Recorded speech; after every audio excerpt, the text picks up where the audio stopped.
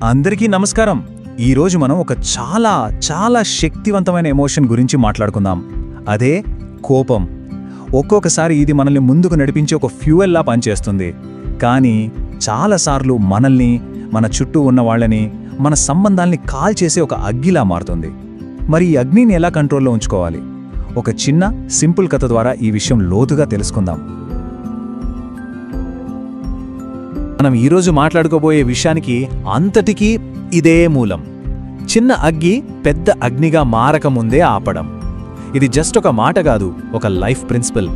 మనలో మొదలయ్యే చిన్న కోపం అనే నిప్పురవ్వ మనల్నే కాల్చేసే ఒక పెద్ద మంటగా మారకముందే దాన్ని ఎలా ఆపాలో ఈ ఒక్క వాక్యం మనకు చాలా క్లియర్గా చెబుతోంది. సరే, ఇక విషయంలోకి వెళ్ళిపోదాం. మనం మొదటి సెక్షన్, ఒక నిప్పురవ్వ, ఒక అగ్ని. ఇక్కడ అసలు ఈ ప్రాబ్లం ఏంటి, దాని స్వరూపమేంటో ఒకసారి చూద్దాం. ఈ కథలో గురువుగారు చెప్పిన బేసిక్ డెఫినేషన్ ఇది. చాలా సింపుల్గా, సూటిగా ఒక్క మాటలో చెప్పారు. కోపం అంటే అగ్గి. దాన్ని కంట్రోల్ చేయకపోతే అది అన్నిటినీ కాల్చేస్తుంది. ఇక్కడే అసలు పాయింట్ ఉంది. ఈ కోపం అనే నిప్పు వేరే వాళ్లకంటే ముందు మనల్నే కాల్చేస్తుంది. మన ప్రశాంతతను, మన రిలేషన్స్ని, మన సంతోషాన్ని అన్నిటినీ బూడిద చేసేస్తుంది. అంటే మన సొంత ఇంటికి మనమే నిప్పు పెట్టుకున్నట్టన్నమాట. మరి ఈ కాన్సెప్ట్నే ప్రాక్టికల్గా ఒక కథ రూపంలో చూద్దాం. మన రెండో సెక్షన్ సురేష్ కథ. ఈ కథలో మన హీరో సురేష్. అతను ఒక మామూలు గ్రామంలో ఉండే ఒక కుర్రాడు. సురేష్కి ఉన్న మెయిన్ ప్రాబ్లం ఇదే. చాలామందిలాగే చిన్న చిన్న విషయాలకి అతని కోపం కట్టలు తెంచుకునేది. మనలో కూడా చాలామందికి ఇది అనుభవమే కదా. ఇక్కడ్నించే అస్సలు కథ మొదలవుతుంది. అతని గురువు ప్రేమగా వార్నింగ్ ఇచ్చినా సురేష్ మాత్రం అహంకారంతో ఒక నవ్వు నవ్వి లైట్ తీసుకున్నాడు. తెలియకుండానే ఒక పెద్ద పాఠం నేర్చుకోవడానికి తనే దారి వేసుకున్నాడు.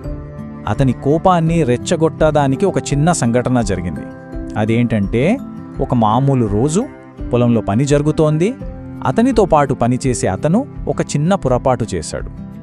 అంతే, ఆ చిన్న పొరపాటే ఒక నిప్పు రవ్వలా మారింది. అదిప్పుడు పెద్ద మంటగా మారే క్షణం వచ్చేసింది. సురేష్ తన కంట్రోల్ మొత్తం కోల్పోయే స్టేజ్కొచ్చాడు. కోపంతో గట్టిగట్టిగా అరవడం స్టార్ట్ చేశాడు. ఇక కథలో అస్సలైన టర్నింగ్ పాయింట్కొచ్చేశాం. మూడో సెక్షన్, నిజమైన విజయం. ఆ మలుపు తిరిగిన క్షణం, సరిగ్గా అతని కోపం కట్టలు తెంచుకుంటున్న ఆ క్షణంలో మెరుపులా తన గురువు చెప్పిన మాటలు గుర్తొచ్చాయి. కోపమంటే అగ్గి. దాన్ని కంట్రోల్ చేయకపోతే మన ఇంటినే కాలుస్తుంది. ఆ మాటలు అతని చెవిలో మారుమోగాయి. కథను పూర్తిగా మార్చేసిన మూమెంట్ ఇదే. సురేష్ కాన్షియస్గా ఒక డెసిషన్ తీసుకున్నాడు. ఒక్క క్షణం ఆగాడు. ఒక లోతైన శ్వాస తీసుకున్నాడు. నోటికొచ్చిన మాటలన్నింటినీ అక్కడతో ఆపేశాడు. చూడండి, కేవలం కొన్ని సెకండ్ల సెల్ఫ్ కంట్రోల్ ఎంత పెద్ద గొడవను ఆపిందో. దాని ఫలితమేంటో చూడండి. ఆ అగ్గి పెద్దది కాకముందే ఆగిపోయింది. మొత్తం సిచ్యువేషన్ కంప్లీట్గా కూల్ అయిపోయింది. అంత ప్రశాంతంగా మారిపోయింది. ఆ తర్వాత సురేష్ నేరుగా తన గురువు దగ్గరికి వెళ్ళాడు. గర్వంతో కాదు, చాలా వినయంతో ఇలా అన్నాడు, గురువుగారు, నేను నన్నే గెలిచాను. ఈ ఒక్క మాటలో ఎంత లోతైన అర్థముందో చూడండి. అతను వేరే వాళ్లను కాదు, తన లోపలున్న శత్రువును, తన కోపాన్ని గెలిచాడు. ఇదే ఈ కథ మనకు చెప్పే అసలైన నీతి. గురువు చెప్పినట్టు నిజమైన గెలుపు బయట ఎక్కడో లేదు, అది మన లోపలే ఉంటుంది. అది మన ఎమోషన్స్ మీద మనం సాధించే కంట్రోల్. మరి ఈ కథ నుంచి మనం నేర్చుకోవాల్సిన అసలైన పాఠాలేంటి? మన నాలుగో సెక్షన్, బలానికి 3 సూత్రాలు. మొదటిది ఏంటంటే, నిజమైన కంట్రోల్ అనేది ఇతరుల మీద కాదు, మన మీద మనకుండాలి. ఇక రెండోది, మన కోపాన్ని మనం కంట్రోల్ చేయగలిగితే ఎంత కష్టమైన పరిస్థితినైనా మనం దాటొచ్చు. చివరిగా, ఇది చాలా ముఖ్యం, సహనం, సెల్ఫ్ కంట్రోల్ ఇవి బలహీనతలు కావు, అవే మన అసలైన బలాలు. ఫైనల్గా సురేష్ కథ మనకిచ్చే మెసేజ్ ఒక్కటే. మన లైఫ్లో మనం చేసే అతిపెద్ద యుద్ధాలు బయట కాదు, అవి మన మనసులోనే జరుగుతాయి, అక్కడే గెలవబడతాయి. సో ఈ విశ్లేషణను ముగించే ముందు ఒక్కసారి ఆలోచించాల్సిన ప్రశ్న ఒకటుంది.